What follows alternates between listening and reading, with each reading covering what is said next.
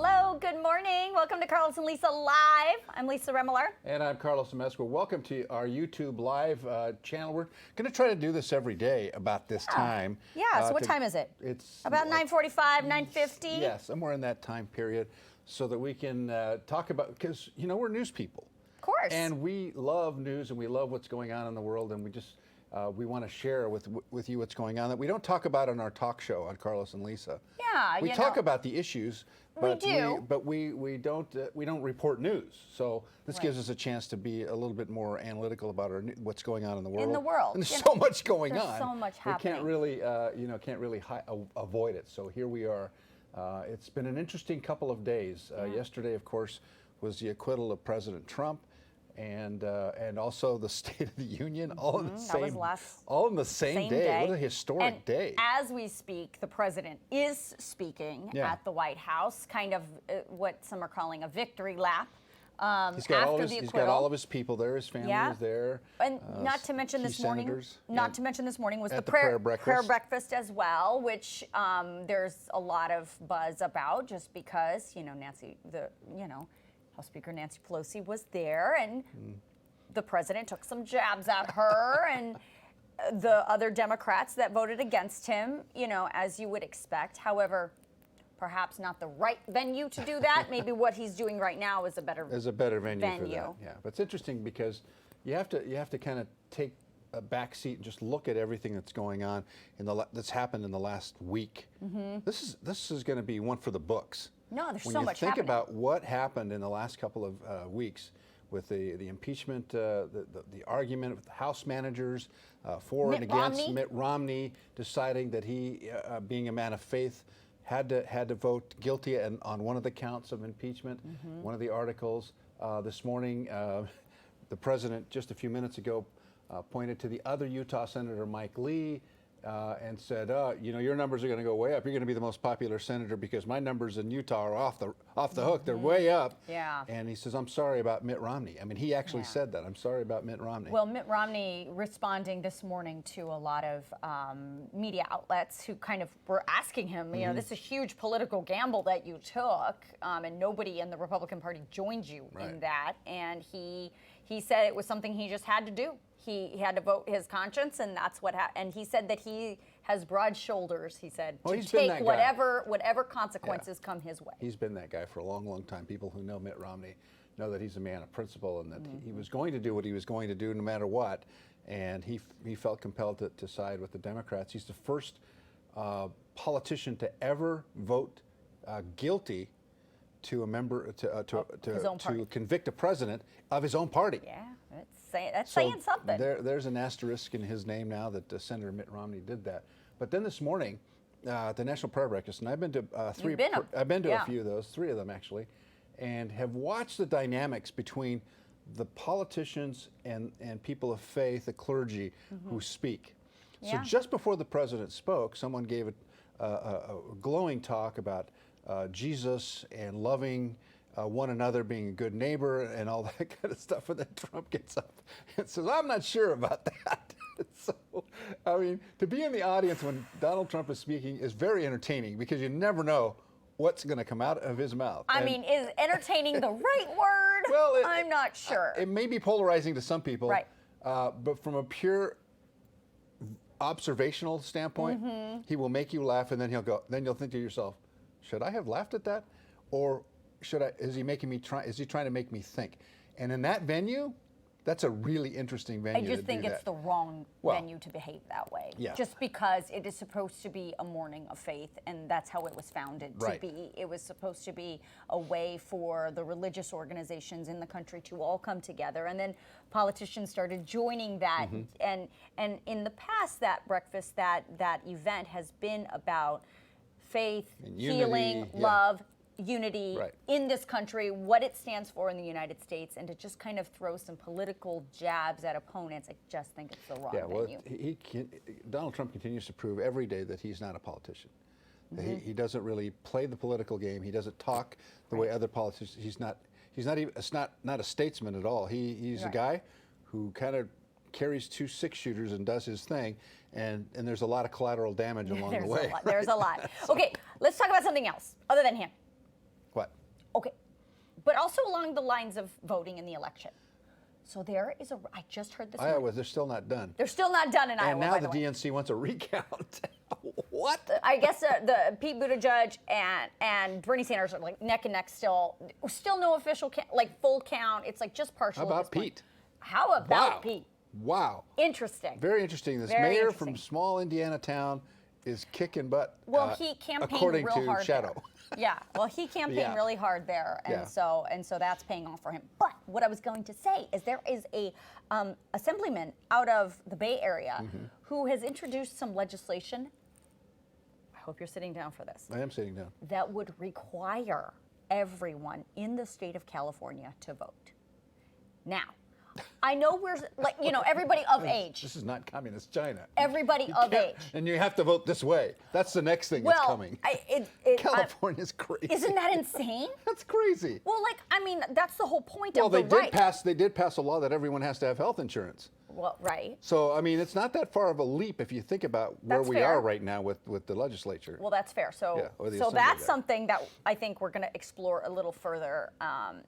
Speaking of banning things, also, Manhattan Beach completely banned the sale of all tobacco products. And that includes the Juuls and all of those. All of anything that involves cigars, smoking. You cannot buy it.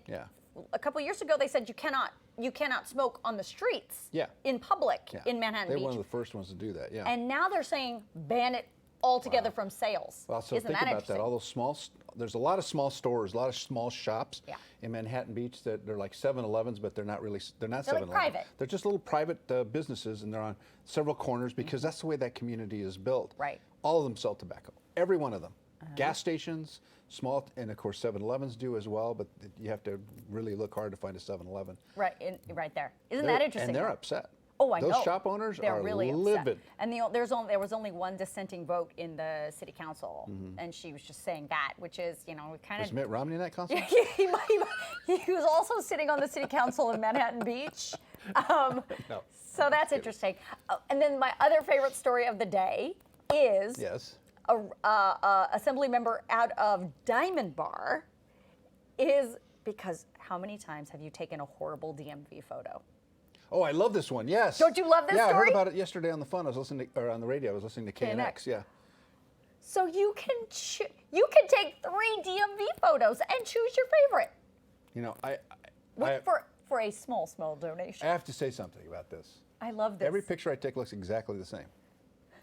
I know, but that's not the case for everybody. You are very photogenic. No, it's not that I'm photogenic, it's just that I have the same face. No, I'm telling you, you're photogenic. Some people look like they just got arrested in their pictures. All of them. Most people do. Yeah. Don't you remember, if you ever watched that episode of Keeping Up with the Kardashians, when Khloe Kardashian had to take her DMV photo, she brought a lighting crew with her to the DMV to light. And they let her? They let her. And how was the picture? Did it look good? Beautiful. Of course. Of course. It was like all lit beautifully. Yeah. Anyway, so this new legislation, if it goes through, would allow you to choose one of your 3 DMV photos. Obviously you get one for free, and if you choose to do 2 more, you have to pay like $5 a piece. Right, and it's a donation to help driver's ed programs in the state. That makes sense. That makes sense. Why not? You're going to have to wait 9 months for your license. Of course. Because they're so slow. Of course. But, I mean, you don't want to be sentenced to there's a horrible picture that you have to look at for years. And that's your picture. Now it's the official ID. That's what I'm saying. So I would rather have a glamorous photo of myself that I have to look at. No such thing as an unglamorous photo of you. There's a lot of Photoshop happening. What are you talking about? It's all a facade. That's going to be the next, right. It definitely said no filters allowed. So you cannot filter. No, because however, you have to look have like options. I've had.